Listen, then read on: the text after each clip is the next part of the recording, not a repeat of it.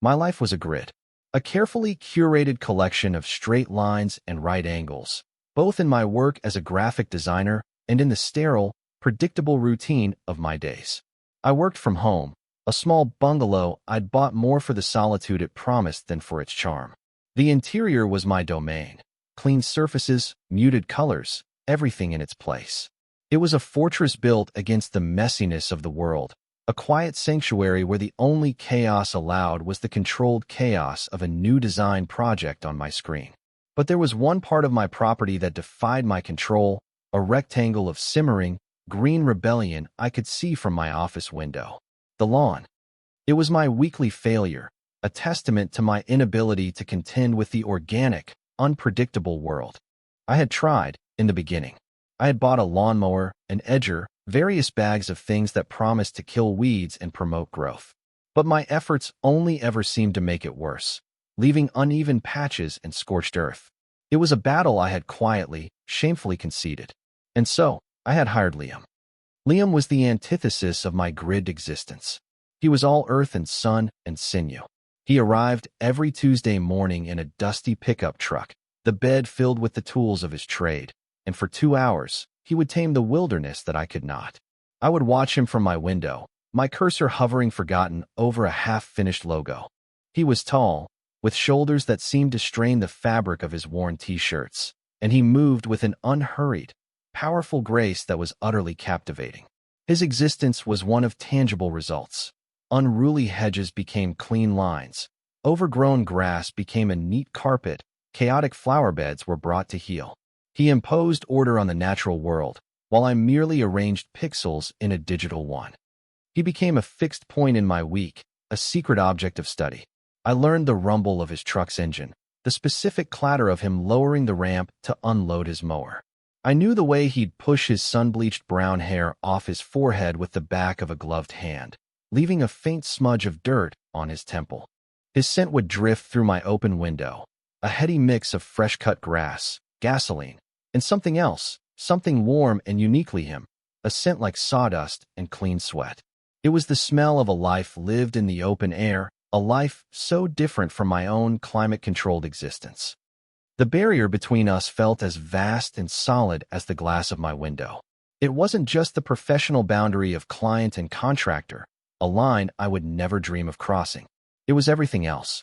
It was the easy way he talked to the neighbors, the faint, pale line on his left ring finger that spoke of a past or present commitment I could only guess at, and the overwhelming, crushing assumption that a man like him, a man who seemed carved from the very idea of traditional masculinity, would exist on an entirely different plane from a man like me. He was a masterpiece in a museum, and I was just a visitor, allowed to look, to admire from a safe distance, but never, ever to touch. The velvet rope of my own fear and perceived reality kept me firmly in place. So I watched. I cataloged the small details of him the way a naturalist might study a rare and beautiful creature. The pattern of freckles across his nose and cheekbones. The way his throat moved when he took a long drink from his water bottle. The low, calm timbre of his voice when he'd knock on my door to say he was finished, a sound that rumbled through the wood and seemed to settle deep in my chest. "All set for the week, Ethan," he would say, and I would offer a tight, polite smile and thank him, my heart hammering a frantic, stupid rhythm against my ribs. Each interaction was a carefully rehearsed play where I spoke my few lines, and then retreated back into the safety of my fortress, leaving him to the world where he so clearly belonged. This was my status quo, a quiet, aching admiration for a man who was, for all intents and purposes, a part of the landscape he tended. A beautiful, unattainable feature of my carefully ordered, deeply lonely life. The day the grid shattered began like any other Tuesday. The sky was a hazy, humid white, the air thick and still. Liam arrived at his usual time, the sound of his truck a familiar comfort. I settled at my desk, feigning work, but my eyes were, as always, drawn to the window. He was wrestling with a stubborn, overgrown rose bush near the deck, his brow furrowed in concentration. The muscles in his forearms bunched and relaxed with each pull and snip of his shears. It was a mesmerizing, mundane ballet that I had witnessed 100 times. But the sky was darkening with an unnatural speed. The hazy white curdled into a bruised, menacing purple-gray at the horizon. The air grew heavy, charged with a strange energy that made the hairs on my arms stand up. A low, distant rumble vibrated through the floorboards. Liam paused his work, tilting his head back to look at the sky, his expression shifting from focused to wary. He clearly knew, in that instinctual way people who work outdoors do, that this was more than a simple summer shower. The change was terrifyingly swift. The wind picked up first, a low moan that quickly escalated into a violent shriek. It tore through the trees, whipping branches into a frenzy. The first drops of rain were huge and heavy, splattering against my window like thrown stones. Within moments, the downpour was a solid, blinding sheet of gray, turning my manicured lawn into a churning lake. Liam was scrambling, trying to get his equipment loaded back onto the truck as the world dissolved into a maelstrom of wind and water. I stood, my hand pressed against the cold glass of the window, my breath fogging the pain. My carefully ordered world was being assaulted by a primal, chaotic force. And then I heard it, a sound that was not the storm. It was a deep, groaning crack, like the world splitting open, followed by a deafening, splintering crash that shook the entire house. My heart seized in my chest. I jerked my head to the side, looking towards the back of the house, towards my deck. A massive limb from the ancient oak tree that lorded over my property had snapped. It had fallen directly across the deck, a colossal, leafy corpse. And where my sliding glass door to the dining room had been, there was now just a gaping, jagged hole, the rain and wind pouring directly into my sanctuary. My paralysis broke. I ran to the back of the house, my socks getting soaked the moment I hit the dining room floor. Shards of glass littered the hardwood, glittering like cruel diamonds in the dim, stormy light. The wind howled through the opening, sending papers and a stray napkin fluttering through the air. It felt like a violation, like the house itself had been wounded. Through the torrent of rain, I saw Liam running towards the house, his shirt plastered to his body, his hair slicked to his head. He didn't even knock, just wrenched open the front door and stepped inside, dripping a puddle onto my pristine entryway floor. "Ethan, are you okay?" His voice, usually so calm, was sharp with urgency. I could only nod, mute and trembling, pointing a shaky finger towards the ruined dining room. He followed my gaze, and a low curse escaped his lips. He moved past me, his presence suddenly filling my small, sterile house. He was a force of nature himself, bringing the storm inside with him, the smell of rain, wet earth, and ozone. He surveyed the damage, his expression grim. "We need to board that up." Now, the world outside my control had not just knocked on my door, it had kicked it in. And in doing so, it had dragged the one person I kept at a deliberate, painful distance directly into the heart of my fortress. The professional boundary was gone, washed away by the storm. He was no longer just the landscaper. He was here, in my space, his solid, reassuring presence a stark contrast to the chaos unfolding both outside and within me. My carefully constructed grid was in ruins. The next hour was a blur of frantic, clumsy activity. Liam, it turned out, was a bastion of calm in the crisis. While I was still trying to process the violation of my home, he was already in problem-solving mode. He found a dusty tarp in my garage and, with a few quick, efficient movements, managed to rig it over the gaping hole, stemming the worst of the deluge. The roar of the wind was muffled, but the sense of intrusion remained. "Do you have any plywood? A drill?" he asked, his voice cutting through my anxious haze.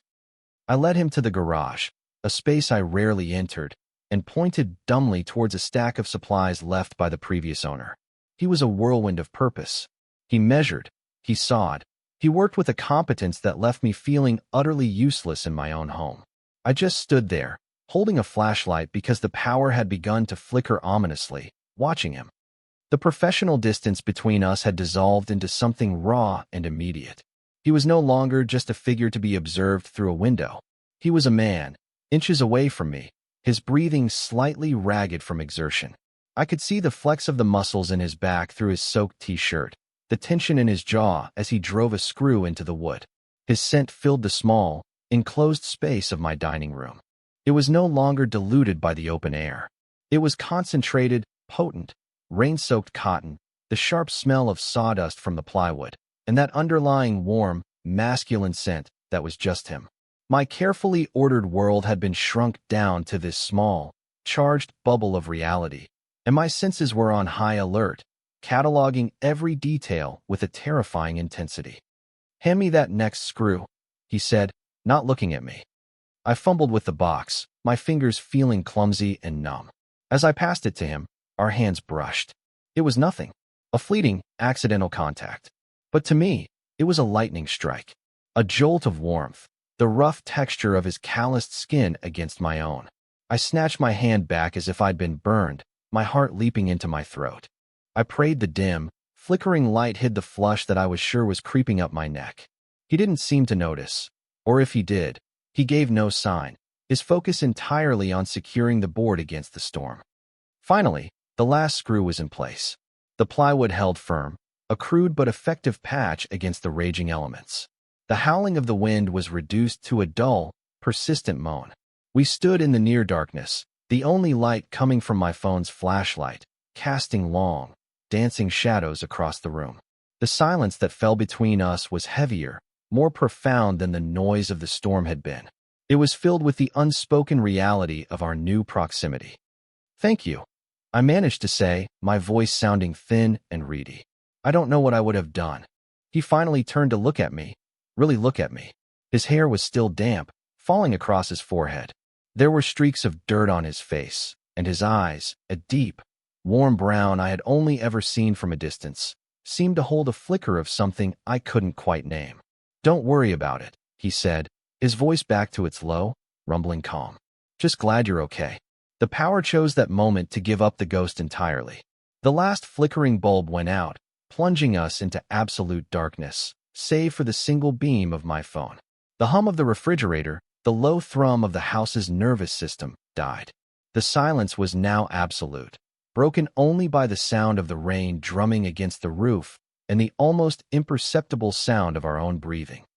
He was a solid shadow in the dark, a warm presence that was both terrifying and deeply comforting. "Looks like I'm not going anywhere for a while," he said, a hint of wry humor in his tone. And I knew he was right. The storm had trapped him here, trapped him with me, in the ruins of my quiet, predictable life.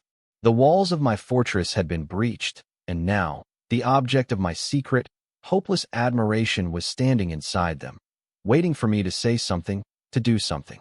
And I had no idea what that was supposed to be. I found him a towel, one of the ridiculously soft, oversized ones I'd bought on an impulse and rarely used.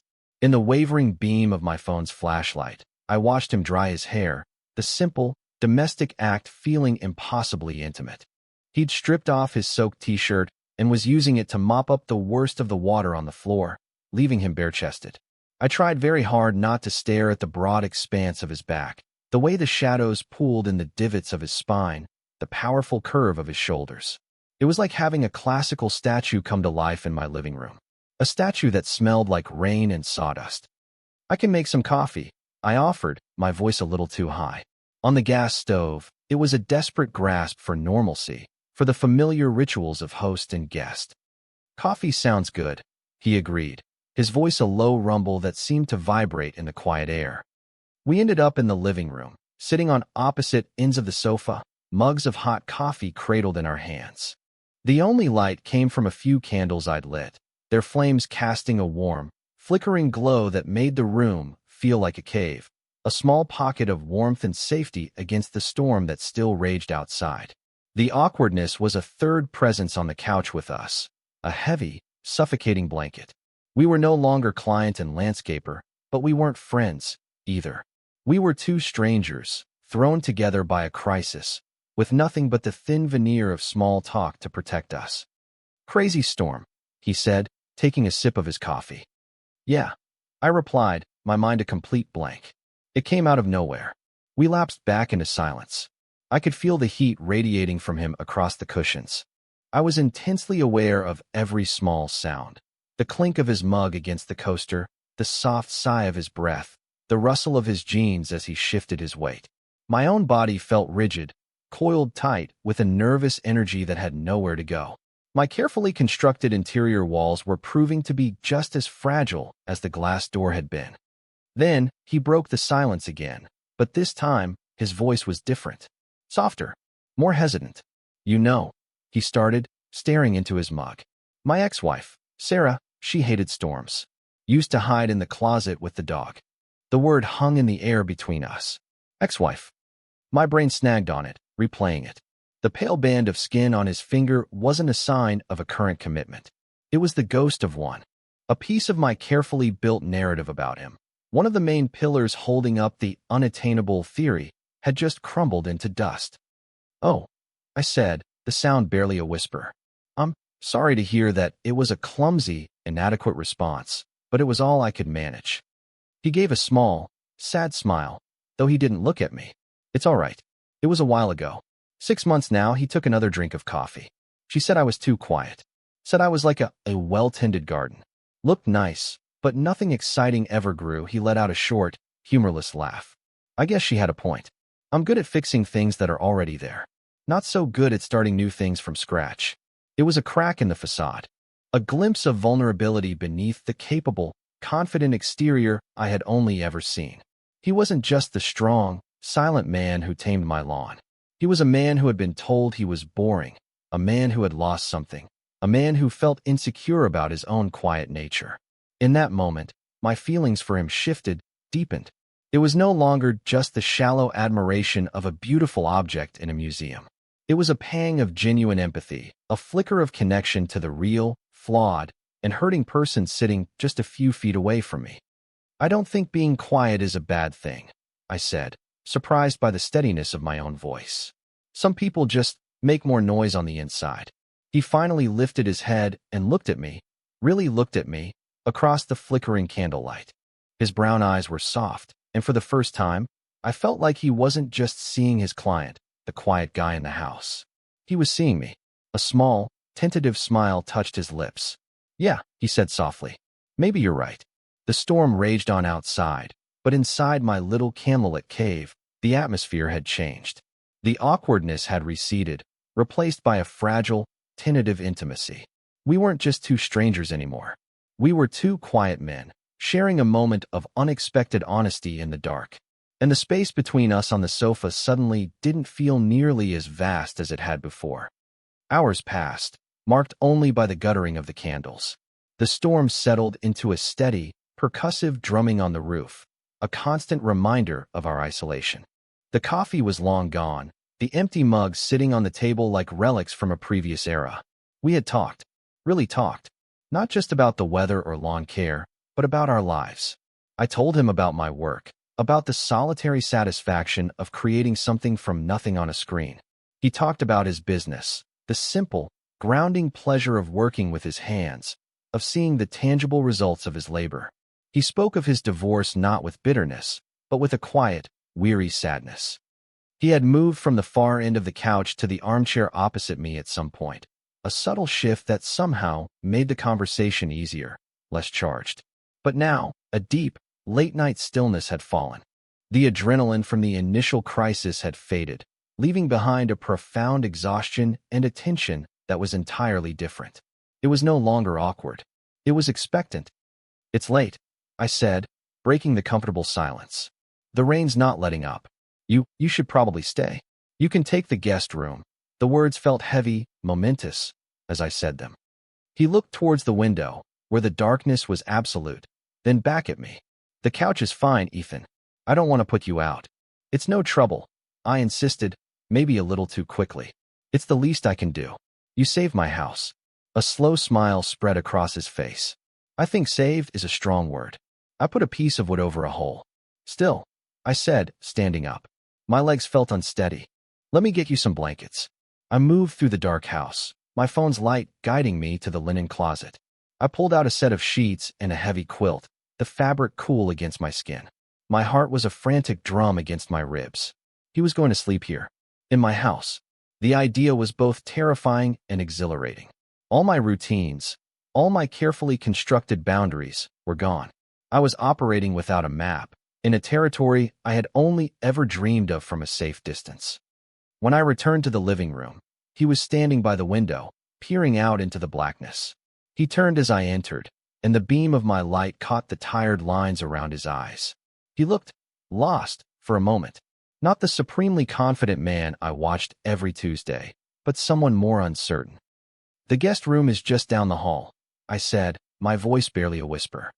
He didn't move. He just stood there, watching me. The space between us crackled with an unspoken energy. The air was thick with everything we hadn't said, with the ghost of our earlier conversation, with the simple, undeniable fact of our shared solitude. I felt cold, a sudden draft chilling me despite the humidity. I shivered, a small, involuntary tremor. He noticed. His expression softened. He took a step towards me, then another. He stopped when he was barely a foot away. I had to tilt my head back to meet his gaze. He was so much taller than I had realized. "You okay?" he asked, his voice a low, gentle murmur that seemed to bypass my ears and sink directly into my bones. I could only nod, incapable of speech.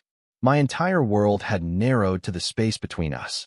I could feel the warmth coming off his body, smell the faint, clean scent of the soap from my bathroom mixed with his own unique scent. It was intoxicating. He reached out, his movements slow, deliberate, giving me every opportunity to pull away. He didn't touch me, not at first. He just took the quilt from the top of the pile in my arms and unfolded it, draping it gently around my shoulders. His fingers brushed against my neck, and this time, it wasn't an accident. The touch was light, questioning, but it sent a shockwave through my entire system. My breath hitched. He didn't move his hand away. He let his fingers rest there, his thumb stroking the sensitive skin just below my ear. My eyes fluttered shut. All the walls, all the defenses I had spent years building, crumbled into dust. There was no museum, no velvet rope. There was only this man, his gentle touch in the dark, and the storm raging both outside and inside of me. "Ethan," he whispered, his voice thick with an emotion I couldn't dare to name. My eyes opened. He was closer now. So close I could see the faint flicker of the candlelight reflected in his dark pupils. He was searching my face, asking a question without words. And in that moment, all the fear, all the anxiety, was eclipsed by a wave of pure, unadulterated yearning. A desire so profound it stole the air from my lungs. I gave him his answer, a small, almost imperceptible nod. That was all it took. He leaned in, closing the final inch between us. His lips met mine. It wasn't a hard, demanding kiss. It was soft, unbelievably tender, and full of a hesitant uncertainty that mirrored my own. It was a question, a discovery. His other hand came up to cup my jaw, his calloused thumb stroking my cheek. The quilt slipped from my shoulders and pulled at my feet, forgotten. All I could feel was him. The warmth of his mouth, the solid presence of his body, the gentle, reassuring pressure of his hands. My mind went completely, blessedly silent. For the first time in as long as I could remember, I wasn't thinking. I was just feeling. And it felt like my whole life had been a long, cold winter, and this, right here, was the first thaw. The world came back into focus slowly, reluctantly. The kiss had ended, but he hadn't moved away. His forehead rested against mine, his hands still cradling my face. I could feel his breath, warm and steady, against my lips. The only sounds were the rain on the roof and the frantic, syncopated rhythm of our hearts. My own was beating so hard I was sure he could feel it through his palms. Disbelief was a roaring in my ears. This couldn't be real. It was a dream, a fantasy spun from loneliness and the strange, intimate magic of the storm. But the rasp of his stubble against my skin was real. The solid weight of his hands on my face was real. The lingering taste of coffee and something that was just him on my lips was real. He pulled back, just enough to look at me.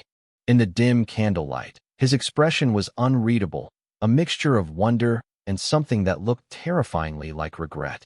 And just like that, the silent, beautiful world of sensation shattered, and the screaming cacophony of my anxiety came rushing back in to fill the void. What had I done? What had we done? I had crossed a line.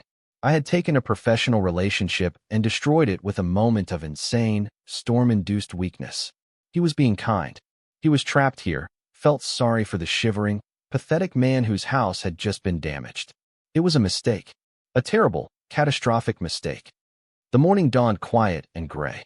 The The storm had passed, leaving behind a world washed clean and dripping. Sunlight, pale and watery, filtered through the windows, illuminating the dust motes dancing in the air and the full extent of the previous night's chaos. The plywood on the dining room door was a stark, ugly reminder. The magic of the candlelit darkness had evaporated with the sunrise, leaving a harsh, awkward reality in its place. Liam was already awake when I emerged from my room. He was in the kitchen, a mug of coffee in his hand, staring out the window at the fallen branch on the deck. He was wearing his clothes from yesterday, now dry and rumpled. He looked different in the morning light, more solid, more real, and infinitely more distant. "Morning," he said, without turning around. His voice was flat, neutral. The warmth from last night was gone, replaced by a cool, polite formality. "Morning," I echoed, my own voice a croak. The air between us was thick with unspoken words, heavy with the memory of the kiss. I felt a desperate urge to say something, to apologize, to explain, to rewind time, and undo it all. But the words were stuck in my throat, a hard lump of fear and regret. He finished his coffee in 2 quick swallows and rinsed the mug in the sink. "I should get to work on that branch," he said, his tone all business. "Need to clear it before it does any more damage to the deck." And just like that, he was the landscaper again, and I was the client. The fragile, intimate connection we had forged in the dark had been severed. He went outside, and the sound of his chainsaw starting up a few minutes later felt like a definitive statement. It was the sound of him rebuilding the professional wall between us, board by board, buzz by agonizing buzz. My anxiety went into overdrive. I spent the entire morning in a self-flagellating spiral of overthinking. Every moment of the previous night was re-examined, dissected, and reinterpreted through a lens of absolute certainty that I had misread everything. The vulnerability he'd shown? A momentary lapse due to stress. The kiss? A fluke, an anomaly, a gesture of pity he was now deeply regretting. His quietness this morning wasn't the comfortable silence of a shared experience. It was the stony silence of regret. I watched him from the window, just as I always did. But the familiar act was now poisoned with shame and fear. He worked with a relentless, focused energy, cutting the massive limb into manageable pieces, his movements efficient and powerful. He didn't look towards the house once. Not once. Each time he turned his back to the window, it felt like a deliberate rejection. The physical distance between us was only a few yards, but the emotional chasm felt miles wide. A gaping canyon I had created myself. I had ruined it. I had ruined the one small, safe connection I had to him. I wouldn't just have to find a new landscaper. I'd have to live with the crushing memory of my own foolishness.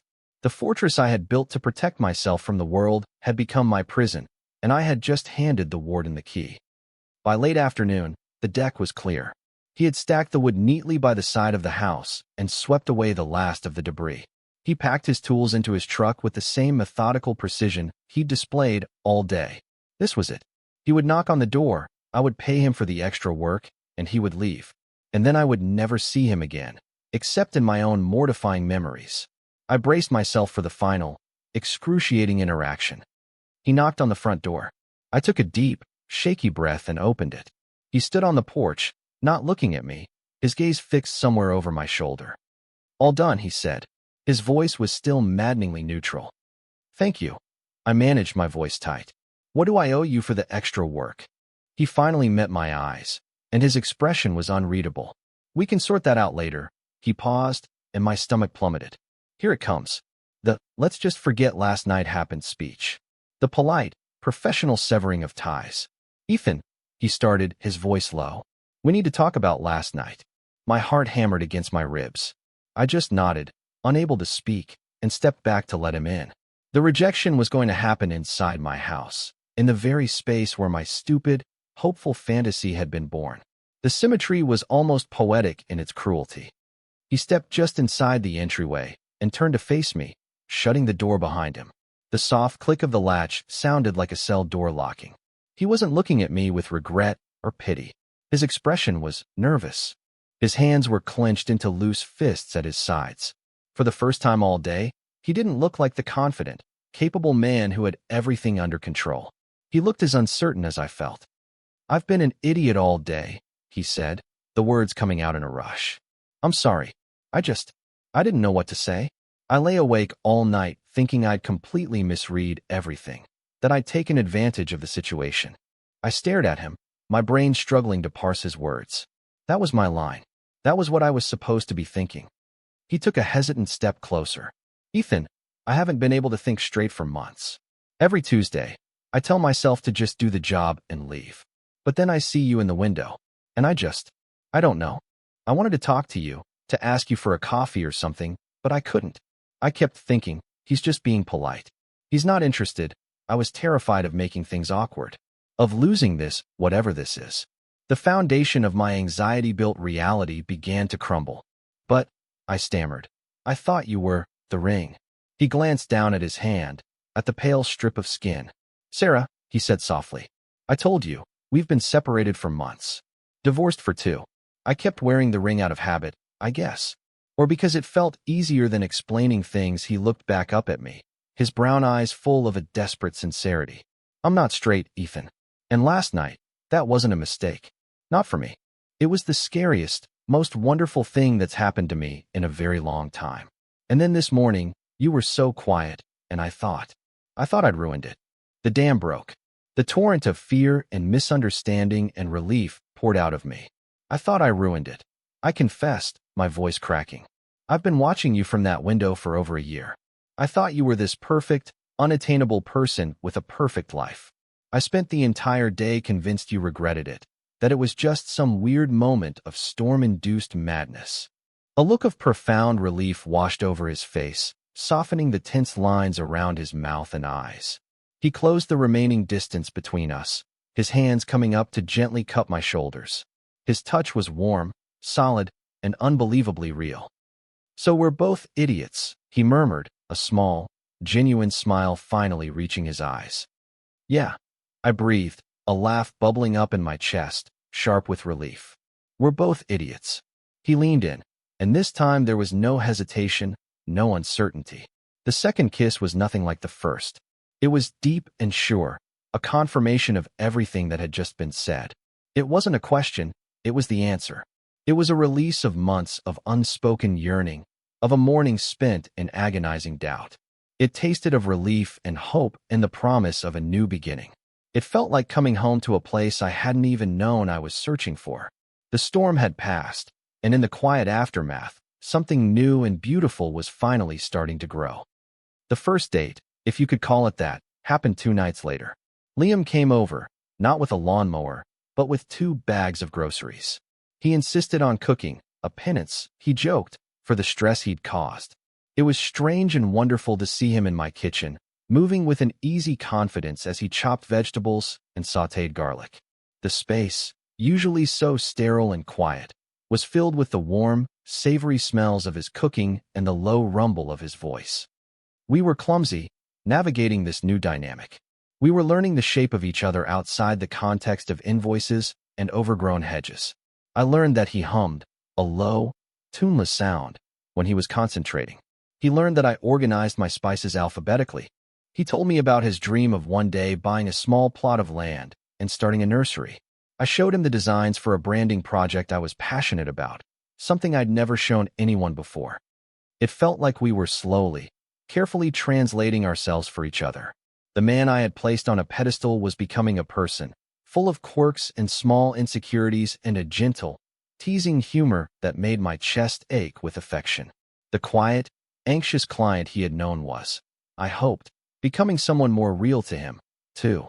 Someone who could talk for an hour about the importance of kerning and who had a ridiculous obsession with old black and white films. The following weeks unfolded like a slow, beautiful montage of small intimacies. There were evenings spent on the sofa, my sofa, watching those old films, his arm a warm, heavy weight around my shoulders. He'd point out the unrealistic landscaping in the background, and I'd critique the typography of the opening credits.